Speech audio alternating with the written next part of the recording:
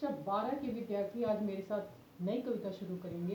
पाठ 4 कविता है कैमरे में बंद अपाहिज, और जिसके कवि हैं रघुवीर सहाय। एक ऐसी इन पंक्तियों में कवि रघुवीर ने इस प्रकार के दृश्य का वर्णन किया है कि किस तरह से दूरदर्शन वाले किसी शारीरिक विकलांग व्यक्ति की परेशानियों को अपने कार्यक्रम में दिखाते हैं और उसकी पीड़ा को समझते नहीं है, लेकिन अपने प्रोग्राम को, अपने कार्यक्रम को सफल बनाने के लिए वे किस प्रकार से उस व्यक्ति के साथ व्यवहार करते हैं।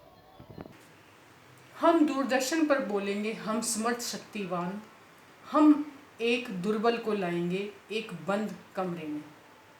कवि सहाय जी कहते हैं कि दूरदर्शन वाले अपने कार्यक्रम को सफल बनाने के लिए अपने आप को समर्थ मीन्स सब तरह से काबिल, लायक, शक्तिवान मीन्स शक्ति समर्थ, यानी कि सभी प्रकार की शक्तियों वाला।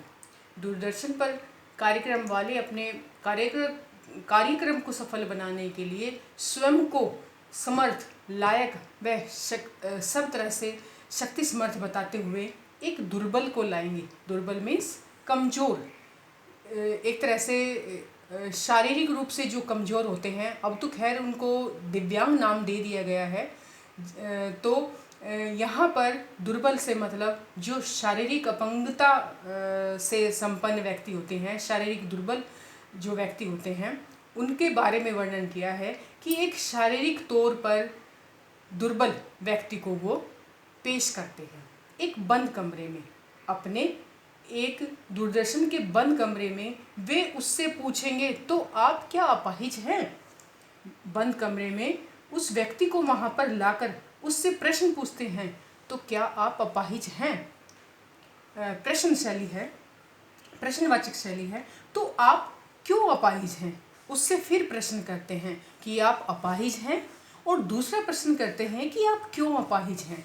कवि कहना चाहते हैं कि जो शारीरिक रूप से अपंग व्यक्ति है वह उनके सामने अपनी पीड़ा व्यक्त नहीं कर पाता, और दूरदर्शन वाले उसकी शारीरिक कमजोरी को दिखाने का प्रयास करते हैं उस पर, जिससे उसको और अधिक परेशानी होती है, दुख होता है। आपका अपाहिजपन दुख देता होगा। उससे दूरदर्शन वाले पूछते हैं अपाहिजपन, अपंगता, क्या आपकी शारीरिक अपंगता आपको दुख देती है, या आपकी शारीरिक अपंगता से आपको दुख अवश्य होता होगा। उससे फिर प्रश्न करते हैं क्या होता है, यानी कि उस पर प्रश्नों की बौछार लगा देते हैं। वे उसके दुख को महसूस नहीं कर पाते। अपने कार्यक्रम की सफलता के लिए उससे इस तरह के प्रश्न पूछते हैं कि वह सहजता से अपना दुख उन पर प्रकट नहीं कर पाता। कैमरा दिखाओ इसे बड़ा बड़ा। फिर अपने कैमरे वाले को संबोधित करते हुए कहते हैं कि इसे बड़ा करके, अपने कैमरे को बड़ा करके इस व्यक्ति को, इस अपंग व्यक्ति को दिखाओ। हाँ तो बताइए आपका दुख क्या है। फिर उस अपने कैमरे को बड़ा करके फिर उस आदमी से प्रश्न करते हैं कि हाँ तो आप बताइए कि आपको अपनी शारीरिक अपंगता से क्या दुख है। आपकी शारीरिक अपंगता आपके दुख को किस प्रकार बढ़ाती है, जल्दी बताइए, वह दुख बताइए। फिर उससे प्रश्न करते हैं कि आप यह बात हमें शीघ्रता से बताइए और उस शारीरिक अपंगता से होने वाले दुख को शीघ्रता से प्रकट कीजिए। बता नहीं पाएगा वह व्यक्ति। उनके प्रश्नों से इतना परेशान हो जाता है, इतना दुखी हो जाता है कि वह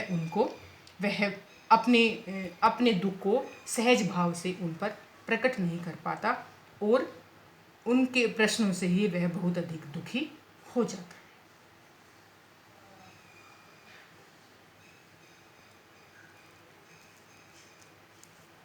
गृह कार्य, सरलार्थ में प्रश्न करो। बेसिक इसे